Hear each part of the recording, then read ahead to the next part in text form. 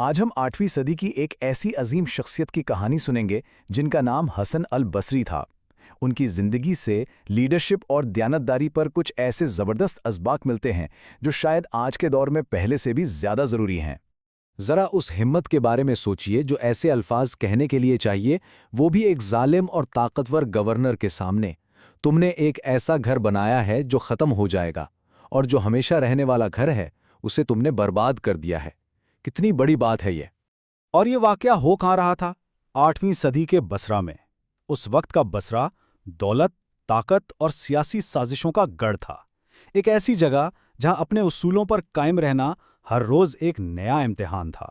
تو سوال یہ ہے کہ اس مشکل ماحول کی جڑ کیا تھی؟ آئیے اس سفر کے پہلے حصے میں چلتے ہیں، یعنی قیادت کا بحران، اور یہ دیکھتے ہیں کہ جب طاقت بے لگام ہو جائے تو وہ انسان کو کیسے خراب کر دیتی ہے۔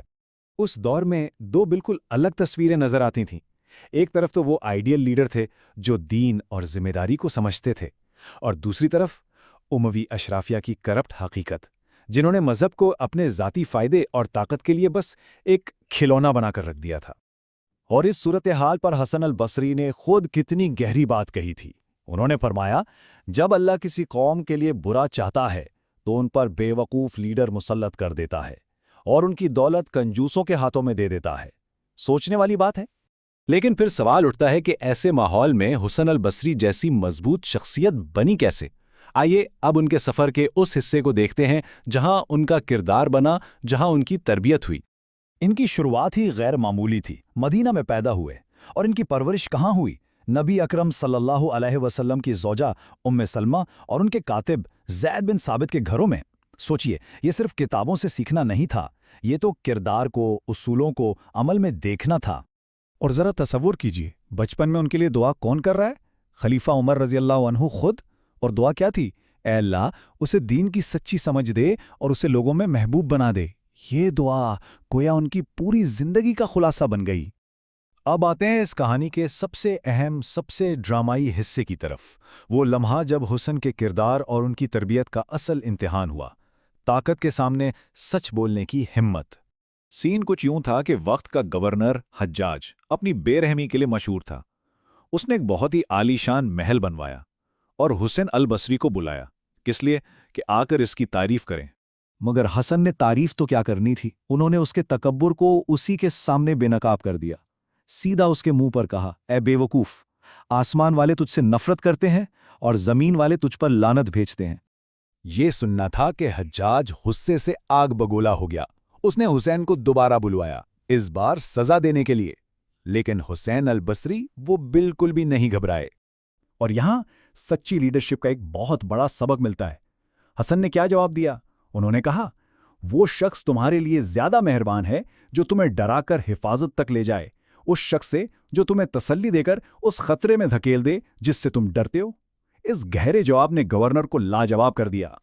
تو یہ جو اتنی ہمت تھی، اتنا اثر تھا، یہ آیا کہاں سے؟ آئیے اب ان اصولوں کو دیکھتے ہیں جو حسن کی طاقت کا اصل راز تھے۔ ان کی طاقت کا ایک بہت بڑا راز تھا زہد۔ اس کا مطلب کیا ہے؟ یعنی دنیاوی دولت پر روحانی بہتری کو ترجیح دینا۔ جب انسان کو مال و دولت کی پرواہ نہ ہو تو پھر نہ اسے رشوت سے خریدا جا سکتا ہے اور نہ ہی کسی دھمکی سے ڈرایا جا سکتا ہے۔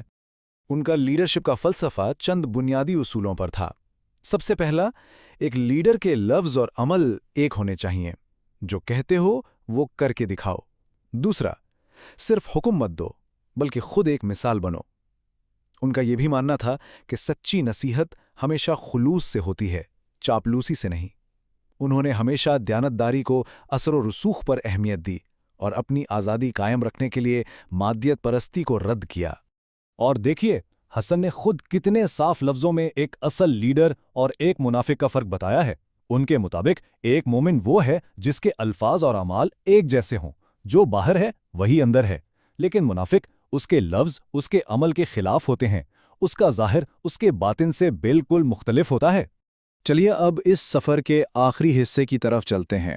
یہاں ہم دیکھیں گے کہ حسن البصری کی کہانی آج کے دور کے لیڈرز کے لیے کیوں اتنی اہم ہے۔ انہیں بصرہ کا چراغ کہا جاتا تھا، اور یہ لقب بالکل صحیح تھا۔ جیسے ایک چراغ اندھیرے میں روشنی دیتا ہے، انہوں نے اپنے دور کے اندھیروں میں قوم کو راستہ دکھایا۔